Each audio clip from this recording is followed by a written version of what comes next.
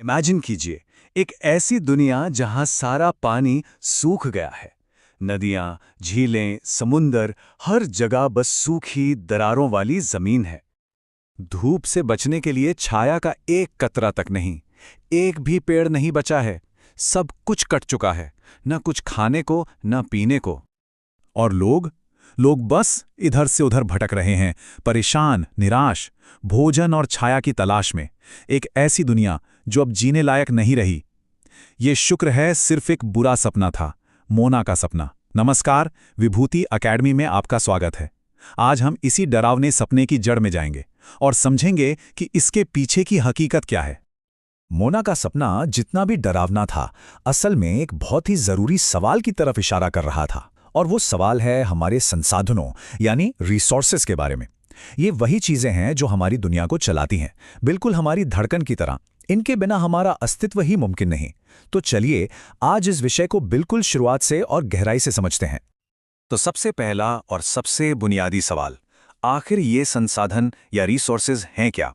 ये शब्द हम सुनते तो रोज हैं, पर इसका मतलब क्या है? इसको समझने के लिए चलिए मिलते हैं मोना और राजू से। ये दोनों अपनी अम्मा के घर साफ करने में मदद कर रहे हैं और बस यहीं से, एक सिंपल से काम से एक बड़ी खोज की शुरुआत होती है। अब देखिए, घर की सफाई चल रही है और मोना अपने आसपास देख रही है। उसे कपड़े दिख रहे हैं, बर्तन है, अनाज रखा है, उसकी किताबें हैं, और वो सोचती है, अरे वाह, ये सब चीजें तो कितनी काम की हैं। जरा सोचिए, हम सभी के आसपास ऐसी कितनी चीजें हैं। प्यास लगती है तो हम पानी पीते हैं, अंधेरा होता है तो बिजली जलाते हैं, स्कूल से घर आने के लिए रिक्शा का इस्तेमाल करते हैं, और यहाँ तक कि जो सब्जियां हम खाते हैं, ये सभी, बिल्कुल ये सभी संसाधन हैं। क्यों? एक सिंपल सा रीजन है, क्योंकि इन सब का कोई ना कोई उपयोग है। ये हमारी कोई ना कोई जरूरत पूरी कर रही हैं। और इसी से हमें मिलती है इसकी एक साफ सुथरी डेफिनेशन।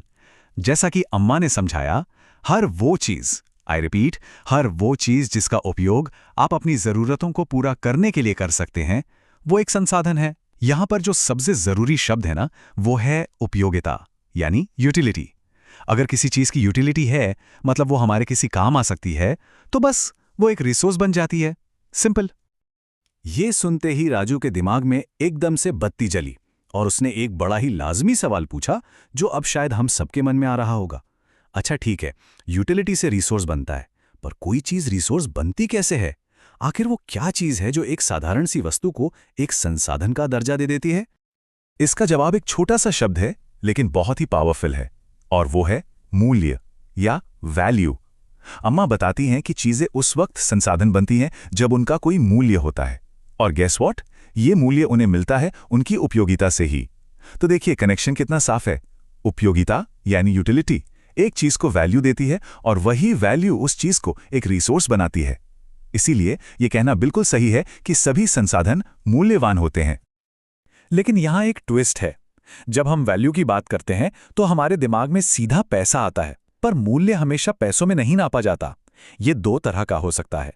एक होता है आर्थिक मूल्य यानी इकोनॉमिक वैल्यू, जैसे कि मेटल्स, सोना, लोहा, इन सबकी एक फाइनेंशियल कीमत है, आप इन्हें खरीद और बेच सकते हैं। पर दूसरी तरफ है गैर आर्थिक मूल्य। इसको ऐसे समझिए, आप किसी खूबसूरत पहाड़ी इलाके में जाते हैं। उस लैंडस्केप को देखकर जो आपको शांति और खुशी मिलती है, उसकी कोई आर्थिक कीमत नहीं है, राइट? पर वो भी तो आपकी एक जरूरत पूरी कर रहा है, इसलिए वो भी एक बहुत जरूरी संसाधन है। तो याद रखिएगा, दोनों ही तरह के मूल्य इंसानी जरूरतों को पूरा करने के लिए इंपॉर्टेंट है। अब सवाल यह उठता है कि क्या एक गैर आर्थिक चीज आर्थिक बन सकती है? एब्सोल्युटली। और इस ट्रांसफॉर्मेशन में दो चीजें गेम चेंजर का काम करती हैं। एक है समय और दूसरा है प्रौद्योगिकी यानी टाइम एंड टेक्नोलॉजी। इसका एक परफेक्ट एग्जाम्पल है दादी के घरेलू नुस्खे। जब तक वो नुस्खे सिर्फ घर में इस्तेमाल हो रहे थे, उनकी कोई कमर्शियल या आर्थिक वैल्यू नहीं थी। फिर पिक्चर में आते हैं टाइम और टेक्नोलॉजी। उन नुस्खों को पेटेंट कराया गया। अब पेटेंट का मतलब है कि उस आइडिया या आविष्कार पर आपको एक मात्राधिकार मिल गया, और जैसे ही एक मेडिकल फर्म ने उस पेटेंट को खरीदा, वही घरेलू नुस्खे अब एक आर्थिक रूप से मूल्यवान संसाधन बन गए। देखा आपने, समय और टेक्नोलॉजी ने कैसे एक चीज का पूरा मूल्य ही बदल दिया। चलिए, तो अब हम ये तो समझ गए हैं कि संसाधन क्या होते हैं और उनकी वैल्यू कैसे बनती है। अब आगे बढ़ते हैं और देखते हैं कि इनके अलग अलग प्रकार क्या हैं। बेहतर तरीके से समझने के लिए संसाधनों को आमतौर पर 3 कैटेगरीज में बांटा जाता है। ये 3 मुख्य प्रकार हैं। सबसे पहले प्राकृतिक यानी नेचुरल, जो हमें नेचर से मिलते हैं। दूसरे हैं मानव निर्मित यानी ह्यूमन मेड, जैसा कि नाम से ही साफ है, जिन्हें इंसान बनाते हैं। और तीसरे, और शायद सबसे इंपॉर्टेंट, मानव यानी ह्यूमन। जी हां, हम खुद भी एक संसाधन हैं। तो चलिए अब इन तीनों को एक-एक करके डिटेल में समझते हैं। ओके, तो सबसे पहले आते हैं प्राकृतिक संसाधन। ये वो संसाधन हैं जो हमें सीधे प्रकृति से यानी नेचर से मिलते हैं और हम उन्हें बिना किसी बड़े बदलाव के इस्तेमाल करते हैं, जैसे हवा जिसमें हम सांस लेते हैं, नदियों और झीलों का पानी, मिट्टी जिसमें हमारा अनाज उगता है, जमीन के नीचे के खनिज। ये सब नेचर के फ्री गिफ्ट्स हैं, लेकिन इन्हें भी आगे 2 इंपॉर्टेंट कैटेगरीज में डिवाइड किया जा सकता है, इस बेसिस पर कि वो दोबारा बन सकते हैं या नहीं। तो प्राकृतिक संसाधनों के 2 टाइप्स हैं। पहले हैं नवीकरणीय या रिन्यूएबल रिसोर्सेज। ये वो हैं जो बहुत तेजी से नए बन जाते हैं या रिप्लेनिश हो जाते हैं। इनमें से कुछ तो अनलिमिटेड हैं, जैसे सोलर एनर्जी या विंड एनर्जी। इन पर हमारी एक्टिविटीज का कोई खास असर नहीं पड़ता। लेकिन यहाँ एक बहुत बड़ा लेकिन है।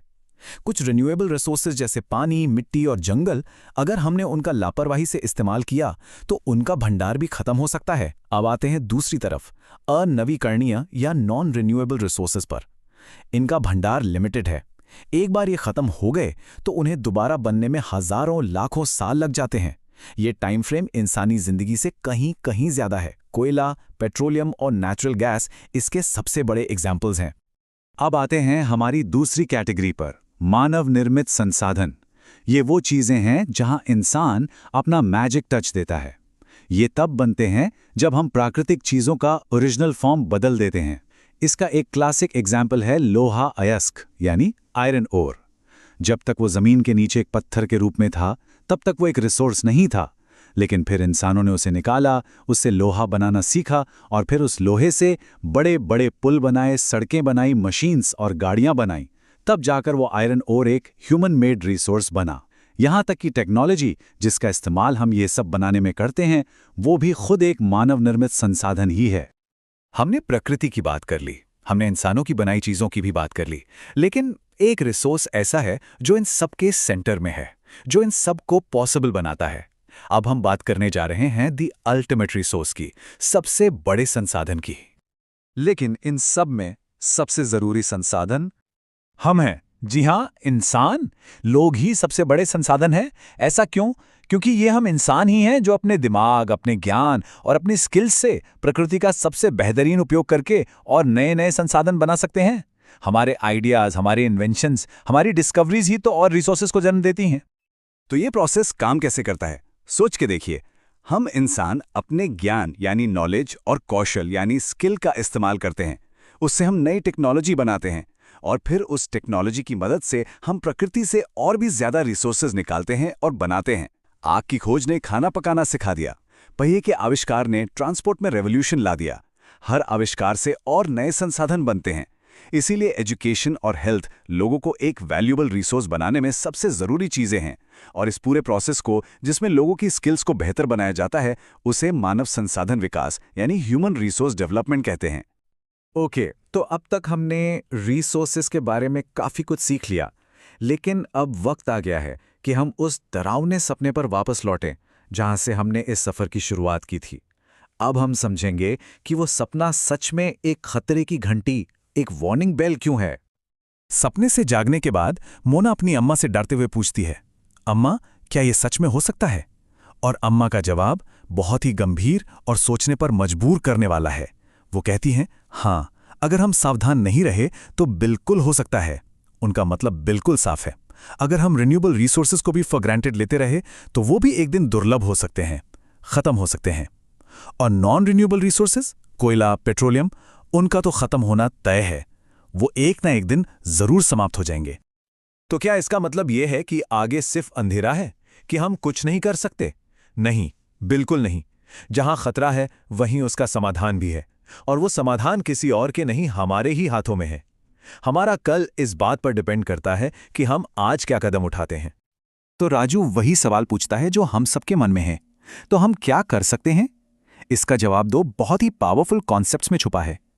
पहला कदम है संसाधन संरक्षण यानी रिसोर्स कंजर्वेशन। इसका सिंपल सा मतलब है संसाधनों का सतर्कतापूर्वक यानी केयरफुली इस्तेमाल करना और उन्हें नया बनने के लिए टाइम देना। ये बिल्कुल वैसा है जैसे हम अपने फ़ोन की बैटरी बचाते हैं, ज़रूरत पर ही इस्तेमाल करते हैं। बस वही लॉजिक हमें हर रिसोर्स के साथ लगाना है। और दूसरा और शायद सबसे इंपॉर्टेंट कंसेप्ट है सतत पोषणीय विकास यानी सस्टेनेबल डेवलपमेंट। ये एक बहुत ही खूबसूरत आइडिया है। इसका मतलब है कि हम अपनी आज की ज़रूरतों को पूरा करें, लेकिन इस तरह से करें कि आने वाली पीढ़ियों यानी फ्यूचर जनरेशन्स के लिए रिसोर्सेज कम ना पड़ें। एक ऐसा बैलेंस बनाना जहां आज का विकास कल की बर्बादी का कारण न बने। ये सिर्फ एनवायरनमेंट के बारे में नहीं है, बल्कि इकोनॉमिक और सोशल डेवलपमेंट को एक साथ लेकर चलने के बारे में है। अब हो सकता है ये सब बड़ी बड़ी बातें लगें, पर सच तो ये है कि इसमें हम में से हर एक इंसान अपना योगदान दे सकता है। जैसे कहानी में बच्चे करते हैं, कागज बर्बाद न करें क्योंकि उसे बनाने के लिए कितने पेड़ कटते हैं। घर में फालतू की लाइट्स ना जलाएं क्योंकि बिजली पानी और कोयले से बनती है। पानी की हर बूंद कीमती है, उसे बेकार ना बहाएं। अपने घर, स्कूल, हर जगह हम रिसोर्सेज को बचा सकते हैं। और सबसे ज़रूरी, चीज़ों को रिसाइकल और रीयूज़ करें। ये छोटे छोटे कदम ही मिलकर एक बड़ा बदलाव ला सकते हैं, क्योंकि ये धरती हम सबका साझा घर है। तो इस पूरी चर्चा के बाद अब वक्त है आज के ट्रिविया का। सवाल बहुत सिंपल है, वो दो मुख्य कारक यानी मेन फैक्टर्स कौन से हैं जो किसी भी चीज़ को एक मूल्यवान संसाधन बना सकते हैं? इसका जवाब नीचे कमेंट सेक्शन में लिखकर बताइए। वीडियो पसंद आए तो लाइक एंड सब्सक्राइब करके ऑल नोटिफिकेशन ऑन कीजिए ताकि हमारा वीडियो सबसे पहले आप तक पहुंचे। Thank you.